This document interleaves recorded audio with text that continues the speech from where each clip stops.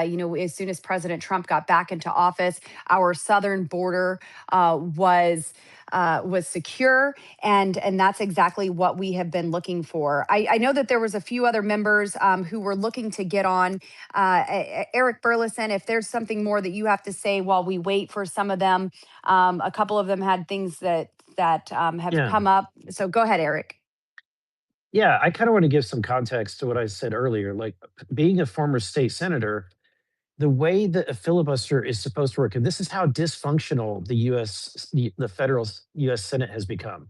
The way our founding fathers originally decided that it should operate, and the way that it works in every state legislature is that the Senate, the majority will bring forward the bills, and in the minority or people that who don't want to vote for a bill or don't like a bill, they will stand on the floor and they will talk. And there's a reason for that. It's a process that is painful for a reason. It's physically and mentally painful.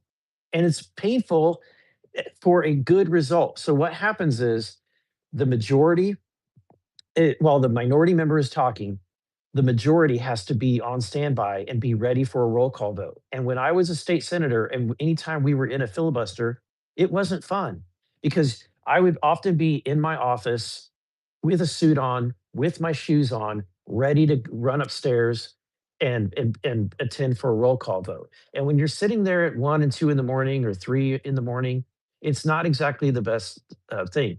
But this is our federal Senate has jettisoned this practice. They've jettisoned it because they're lazy. They've gotten rid of it because they can now It's not hide exactly the under best. the votes. They don't have to demonstrate what they're doing.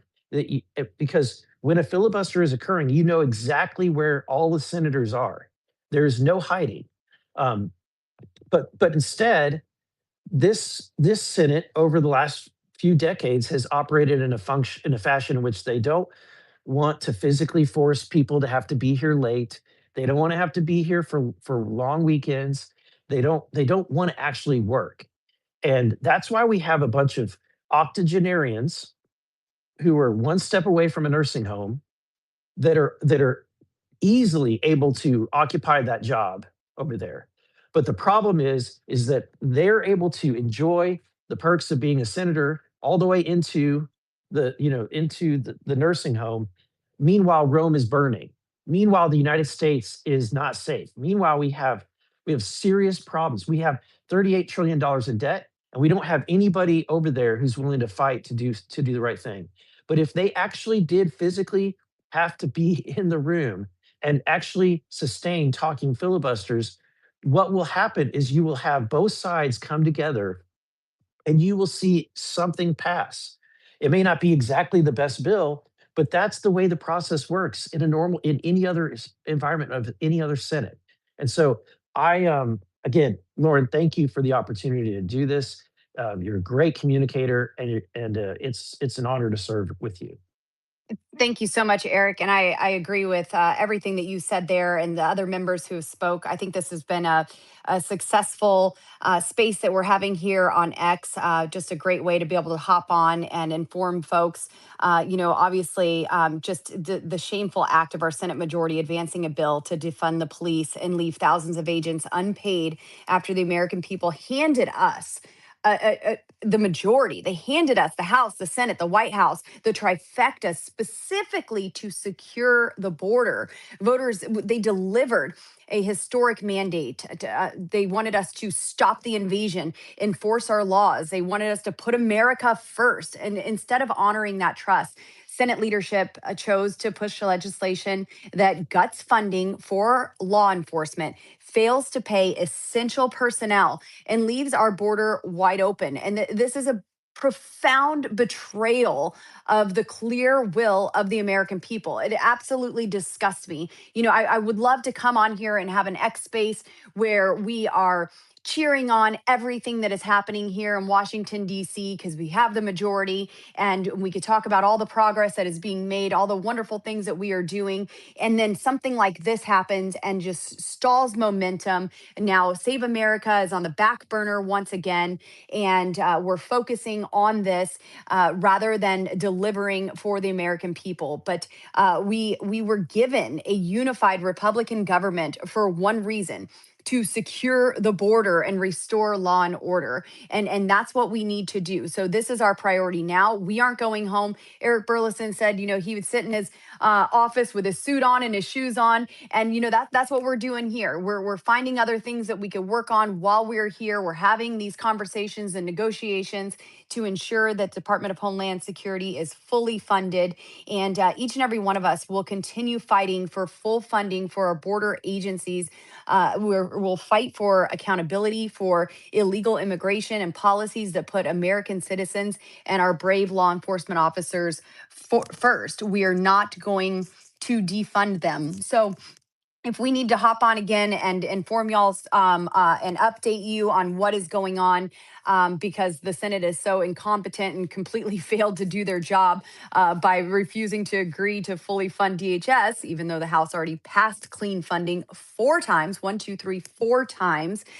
President Trump, even had to step in and sign an executive order, if you haven't seen that, just to make sure our hardworking TSA agents actually get paid.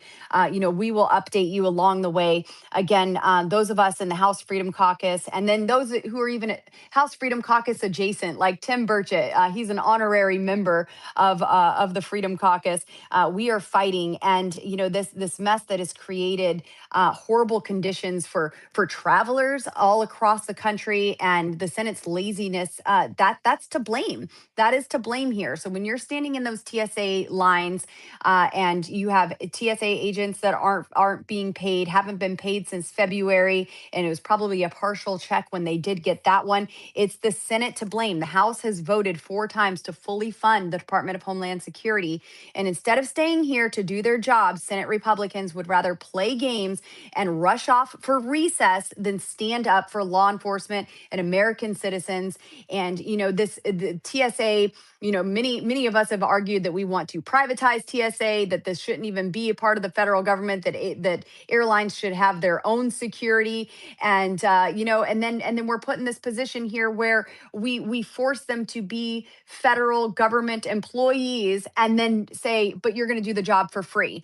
There's not a single representative or senator who's doing the job for free. Maybe they finally said, hold my check for a month, but that's not the same as these folks who are clocking in each and every day, agreeing to do a job and then not getting paid for it. And it's probably illegal too. That was Warren Davidson was on a call mentioning that too. That this is payroll fraud. You can't not pay your employees that are doing a job. But I'm going to wrap this up here. Thank God President Trump has shown us real leadership and protected TSA workers instead of letting them get held hostage for radical open border policies that put criminal aliens before the American people. Instead of just dealing with the garbage bill the Senate tried to jam us with, he said he will issue an executive order and pay them. And now, in turn, we here in the House, many of us will support a clean 8-week continuing resolution that fully funds the Department of Homeland Security and keeps every part of DHS, including Border Patrol, ICE, TSA, and all support personnel operating at full strength, including back pay for DHS employees who have gone without pay for half of the fiscal year. It's so gross. It's absolutely shameful. Again, so we're going to fight to make sure that this gets passed today. And I hope you follow more of the members in the House Freedom Caucus. I know Chip Roy, he's running for AG in Texas right now. He's in a runoff. That runoff is in May. Go follow him, support him if you can. He's in the Rules Committee right now, making sure we get a good rule to the House floor so we can get this over the line properly. And there's many other members. We have Scott Perry from Pennsylvania, Michael Cloud from Texas, who wanted to join as well. Andy Ogles from Tennessee. These are the folks who are here presently fighting for you and actually doing something to resolve this. So thanks to everyone who joined, who listened. This will be recorded. You go back and listen. We will be around uh, to work on this here in DC for each and every one of you. So God bless you. God bless our law enforcement officers, our TSA personnel who are screening folks and keeping us safe in the airports despite getting a paycheck. And thanks to President Trump for issuing that executive order to ensure that they get a paycheck and can take care of their families that I'm sure they want to rush home to, just like the senators did last night. So, again, thanks everyone so much for being on the call. Scott Pressler, thank you so much for being here, for being an advocate for the good things that we want to see get across the line and to President Trump's desk to secure our country, to secure our elections, and keep America the greatest country in the world. God bless you all, and we'll see you next time.